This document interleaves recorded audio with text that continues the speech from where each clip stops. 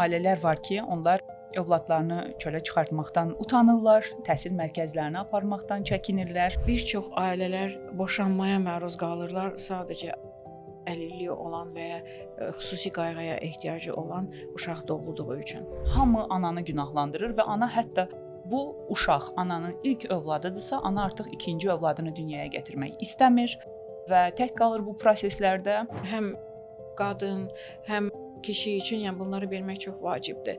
Çünki əgər övlad dünyaya gətirirlərsə, onun sabah gününü indidən fikirləşmək lazımdır. Niyə mənim uşağım da digərləri kimi şeir əzbərləmir, mahnı oxumur və s. Uşağın inkişafını nəzərə almadan birdən-birə müəllimindən çox şey istəməyə başlayır valideyn. Bir insan əgər əlilliyi olan uşaqla sadəcə pul qazanmaq üçün işləyirsə, burada artıq sadəcə valideynlərin savadlılığına qalmış.